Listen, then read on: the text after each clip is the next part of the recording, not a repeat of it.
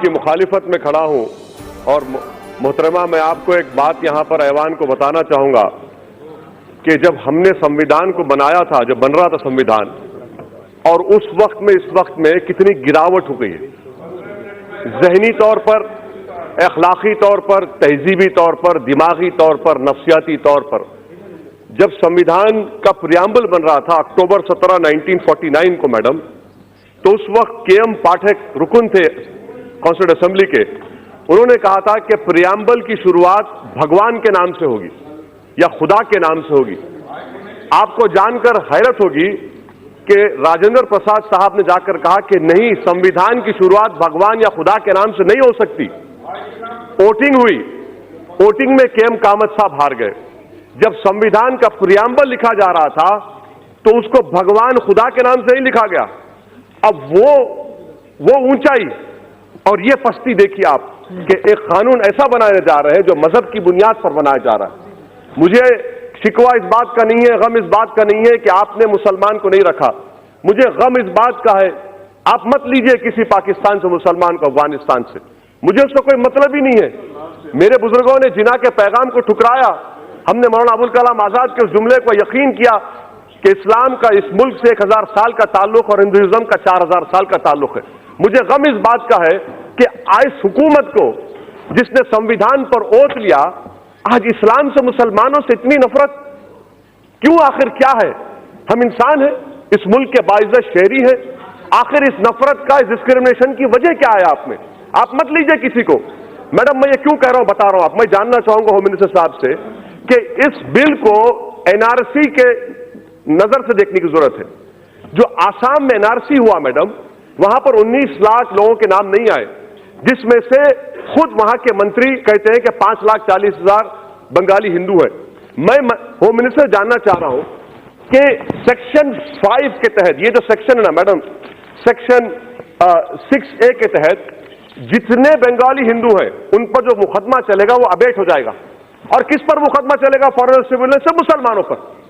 बताइए home minister साहब, ये डिस्क्रिमिनेशन नहीं है? आर्टिकल 14 फेल का होता है, जहां पर मजहब आ जाता है, रीजनेबल क्लास वहां पर फेल हो जाता है। आप एनआरसी आसाम के 5,40,000 बंगाली हिंदुओं के लिए आप यह कानून बना रहे हैं। और जब एनआरसी हो जाएगा, अगर अमित शाह साहब का नाम नहीं आएगा और उन्हीं के पार्टी के किसी एक मुसलमान का नाम नहीं आएगा, तो सीएबी के जरिए अमित शाह का नाम आ जाएगा, मुसलमान का नाम नहीं आएगा। यह इनकी साजिश है कि स्टेटलेस बनाना मुसलमानों को।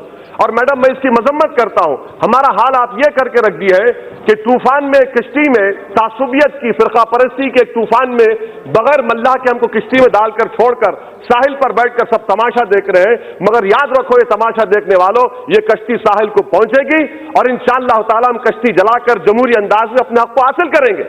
ये ऐवान को समझने की जरूरत है। तीसरी बात मैडम जो मैं आपके सामने रखना चाहूंगा कि PoK, sir PoK, home minister साहब अब यह क्यों भूल जाते हैं कि 1/3 एरिया हिंदुस्तान का चीन में है?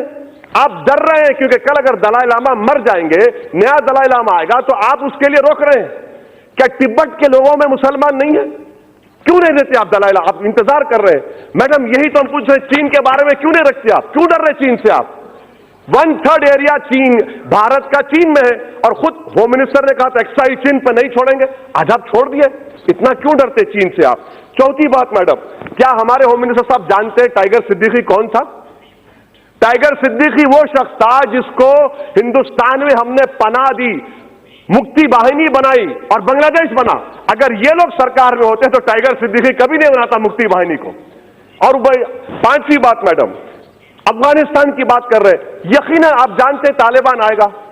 जब तालिबान आएगा तो आपको जरूरत है हजारा की, ताजिक की, आपको जरूरत है भारत में, ताकि हम स्ट्रेटेजिक कंट्रोल कर सके। मगर आपके कानून की वजह से आप उन तमाम ताजिक को, उज्बेक को, तालिबान जब हुकूमत करेगा अफगानिस्तान में, आपका तो ट्रम्प कार्ड चला गया।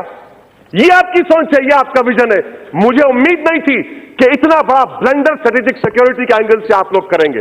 अफगानिस्तान में सिख है, मैं जानता हूं। तालिबान के जमाने में होम मिनिस्टर साहब जानते हैं कि करेंसी का पूरा मामला सिखों के पास था, आज भी उन्हीं के पास है। और क्या गारंटी ले रहे होम मिनिस्टर साहब कि पाकिस्तान को ना हिंदुस्तान के हिंदुओं से मतलब है, ना पाकिस्तान से मतलब है।